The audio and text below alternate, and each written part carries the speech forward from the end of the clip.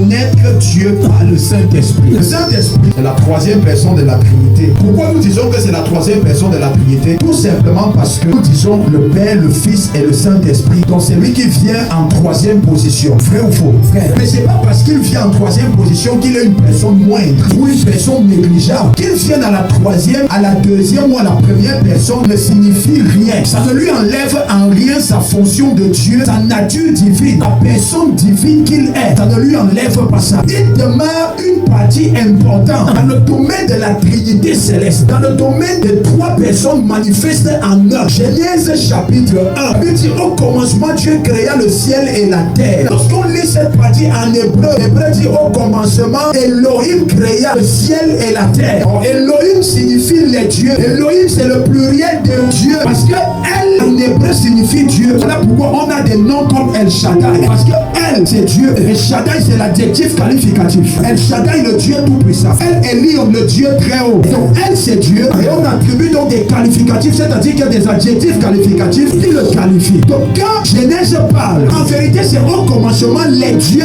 créa le ciel et la terre. Puisqu'on ne pouvait donc pas traduire ça en les dieux, qu'est-ce qu'on a donc décidé de faire? On a décidé de dire Dieu. Lorsque Dieu dit qu'il va faire l'homme, la Bible dit que Dieu dit faisons l'homme à notre image et à notre ressemblance. C'est-à-dire qu'il soit comme nous. Alors Dieu parlait à qui? C'est une question qu'il faut se poser. Il parlait à qui? Sachant que seul Dieu crée, seul le créateur crée. La créature ne crée pas, c'est le créateur qui crée. Ça veut dire que si Dieu a parlé à des gens, il parlait à des personnes qui sont de la même nature que lui, de la même essence que lui, de la même composition que lui. En d'autres termes, des personnes qui ont le pouvoir de la création. En d'autres termes, Dieu parlait à lui-même. La Bible dit que Dieu va encore dire descendons et confondons les gens ici. Parce que la tour qu'ils ont bâtie ici, si on ne fait pas attention, les gars risquent d'arriver là où nous sommes. Dieu parle encore à qui? Il parle à des personnes de la même nature et de la même essence que lui. Je veux donc nous faire comprendre qu'il y a quelque peu d'autres personnes qui soient comme Dieu. Mais la vérité, c'est pas qu'il y a d'autres personnes qui soient comme Dieu. C'est Dieu, mais sous trois manifestations.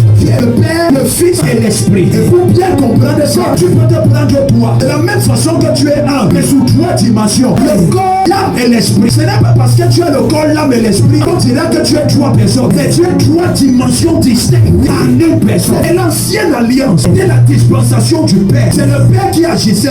Il s'est révélé sous la forme éternelle à Moïse. Et il y a plusieurs patriarches et 100 d'autres fois. Et quand la dispensation du Père est finie, le Fils est venu dans le monde sous la forme humaine à la personne d'Emmanuel. Matthieu chapitre 2. L'ange a parlé à Marie. Et l'ange dit à Marie, la puissance du Très-Haut viendra sur toi. En d'autres termes, le Père viendra sur toi. Il va féconder ton ovocyte et tu vas miraculeusement tomber enceinte. Et de cette grossesse-là, en découlera la deuxième dispensation qu'on appelle la dispensation du Fils. Un homme vient au monde appelé Jésus-Christ. Et quand il vient au monde, on a comme l'impression qu'il vient pour abolir la loi. Parce qu'il semble dire des choses au contraire que le Père avait dit dans l'Alliance. Et si Jésus apporte donc une doctrine nouvelle, vous avez appris là, il t'a dit œil pour œil, dent pour dent. Mais moi je vous dis, aimez vos ennemis, bénissez ceux qui vous persécutent. Dans la loi du Père, ce n'était pas comme ça. Tu me faisais du mal, te rendais et ça plaisait à Dieu. Mais le Fils est venu avec sa dispensation. La dispensation de l'amour. Il a prêché l'amour un peu de partout. Et il y a une chose que vous devez savoir. Le Fils ne pouvait pas commencer le ministère sans une personne importante. Il n'était pas possible. Il commence le ministère sans cette personne. La Bible dit,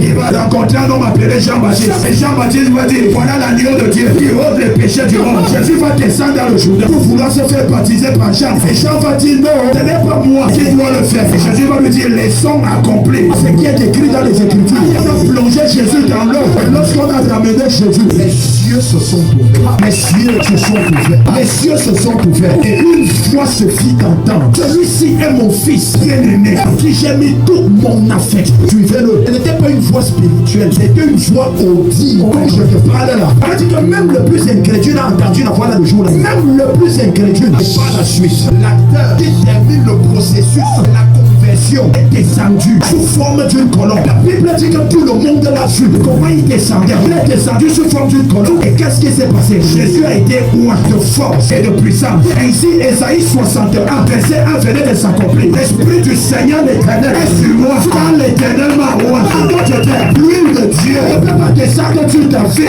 Le Saint-Esprit. C'est un membre important de la Trinité céleste. Oh glorieux Saint-Esprit, j'ai besoin de toi dans ma vie. J'ai besoin de toi dans mon ministère. Jésus n'était plus la même personne. Normalement, il n'avait pas besoin de ce protocole. Mais sous la forme humaine, il voulait nous montrer que c'est par là que ça passe. L'acte de la nouvelle naissance, c'est celle par un son divin appelé le Saint-Esprit. Et il a fait 3 ans sur la terre. Il a guéri les malades, chassé les démons, ouvert les yeux des aveugles, purifié les lépreux, annoncé la bonne nouvelle. Et la Bible ne cessait de mentionner Jésus rempli du Saint-Esprit. Quand il prend ton lit, lève-toi et marche. En saisit que par moment, ce n'était pas Jésus qui opérait, c'était la personne du Saint-Esprit au travers de Jésus qui opérait. Oh, ce n'est pas toi que je parle. La personne du Saint-Esprit par Jésus qui opérait. Mesdames, mesdemoiselles et messieurs, Jésus entre dans une ville. Et quand il entre dans la ville, il y a un homme qui avait sa demeure dans les sépulcres et les cimetières. Les esprits qui tourmentaient cet homme pour ressentir la présence de Jésus. La vérité, c'est que ce n'était pas la présence de Jésus, c'était la présence du Saint-Esprit en Jésus-Christ. Jésus a compris tellement de choses jusqu'au jour où il est mort. Vous allez comprendre pourquoi le ministère du Saint-Esprit était important dans la vie de Jésus. Si le Saint-Esprit n'était pas là, Jésus ne ressuscitait pas. Et si l'esprit de celui par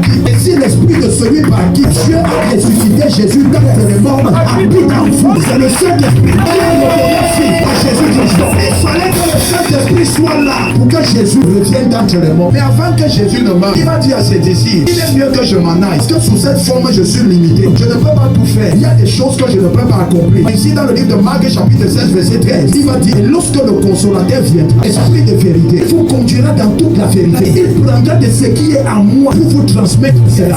Remarquez une chose, le Père donne la passe au Fils et le Fils donne la passe au Saint-Esprit. Donc, les choses que Jésus n'a pas pu nous enseigner, le Saint-Esprit a la capacité de pouvoir nous enseigner. Est-ce qu'il a reçu la science divine et nécessaire pour pouvoir nous transmettre cela? Et voilà ce que Joël a eu annoncé. C'était là le début de l'église. C'était la naissance de l'église. Il ne peut pas avoir église sans Saint-Esprit. Une église sans Saint-Esprit, c'est une église de plaisance. C'est une église de sorcières. C'est une église de blagueurs. Et le Saint-Esprit est venu dans le monde, pas seulement sur les rois, les prophètes et les sacrificateurs, comme ce fut le cas à l'époque. Il est venu sur tout le monde. Il est en toi, il est en moi, il est en nous tous. Et nous avons par lui la capacité de pouvoir entendre le Père, de pouvoir entendre Dieu nous parler. Rien n'est possible sans le Saint-Esprit. La vie chrétienne n'est pas possible sans le Saint-Esprit. Un être fait de chair et de sang. Sans lui dans ta vie, tu ne peux pas vivre la vie que Dieu veut. Tu ne peux pas vivre la vie qui plaît au Seigneur. C'est l'aide du Saint-Esprit. Nous sommes à la période du Saint-Esprit. Le Père est venu, il a fait sa dispensation. Le Fils est venu, il a fait sa dispensation. Maintenant, nous vivons la dispensation du Saint-Esprit. Et ce jusqu'à ce que Jésus revienne.